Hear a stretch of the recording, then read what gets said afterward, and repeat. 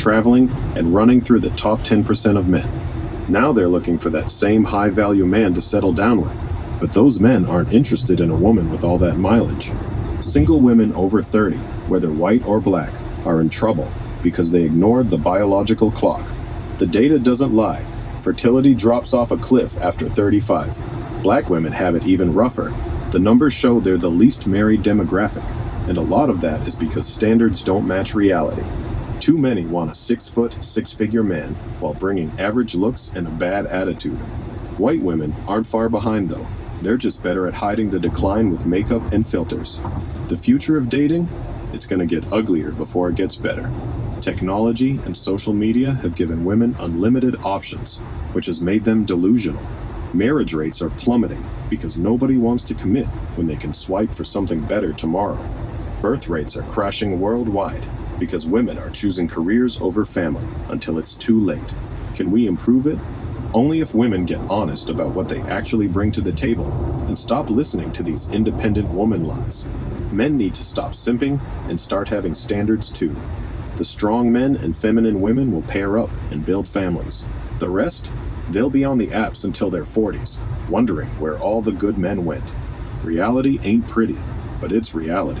What's your take on that? My take is similar to yours, but let me look at it from a different perspective of people that I've interacted with. I had a phone call last night. A friend of mine, a long-time friend of mine, she is 48 years old, and we were talking, and I asked her about her relationship and stuff like that. She said she's looking for a particular man. I said, listen, you are 48 years old. What do you mean you're looking for a particular man? She said she's not ready to settle. And the worst part of it is that she doesn't make she makes like $50,000 or $60,000 a year, and she's putting demands. And I said, okay, would you attempt to date a man, at least get to know him first before you start talking about settling down?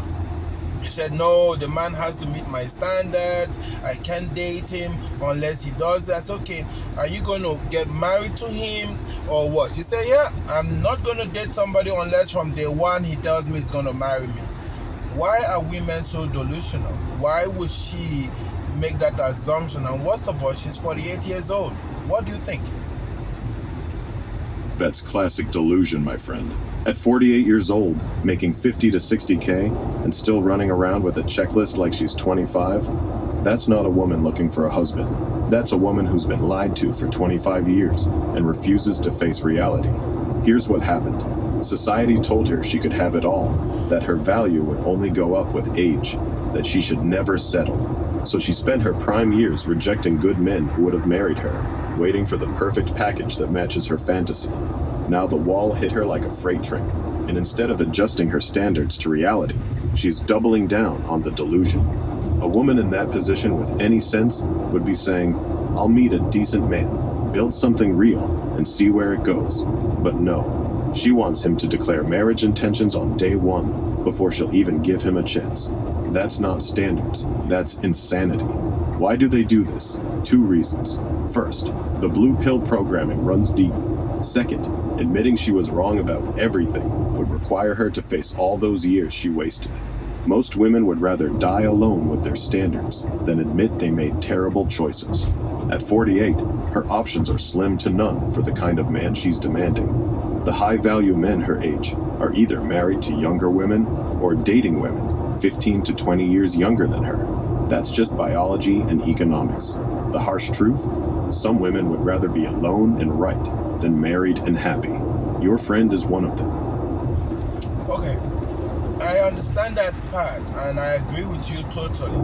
But there is something else I still do not understand. But there's something else you still don't understand. Yes, hold on. Go ahead, ask. Okay, so I have some friends of mine, female again, who currently pay their bills, 100% of their bills.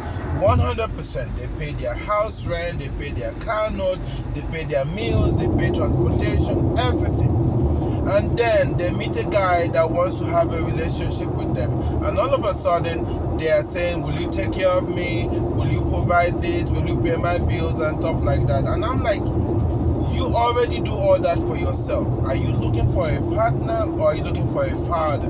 Because it surprises me, and these women are not even young. They're in their late 30s and they are looking to find a guy, but the guy must first of all agree to take over their bills. How does that work? Let me tell you something, and listen carefully. This is the most ridiculous contradiction in modern dating. These women brag about being independent, paying all their own bills, screaming, "I don't need a man." Then the moment a man shows interest, the first thing out of their mouth is, "Are you going to take care of me?" Here's what that really means. She's been doing it alone, and she hates it. All that strong, independent woman talk was just cope. Deep down, she wants a traditional man to provide, but she spent her 20s making it impossible for any good man to want her long term. So now in her late 30s, she's exhausted from carrying everything herself. She's looking for a man to rescue her from the very lifestyle she chose. But here's the problem. She still wants to keep all the benefits of being independent while getting all the benefits of being provided for. She wants his money and to keep her freedom. That's not a partner. That's not even a girlfriend. That's a dependent looking for a new sponsor, but with way more baggage than she had at 25.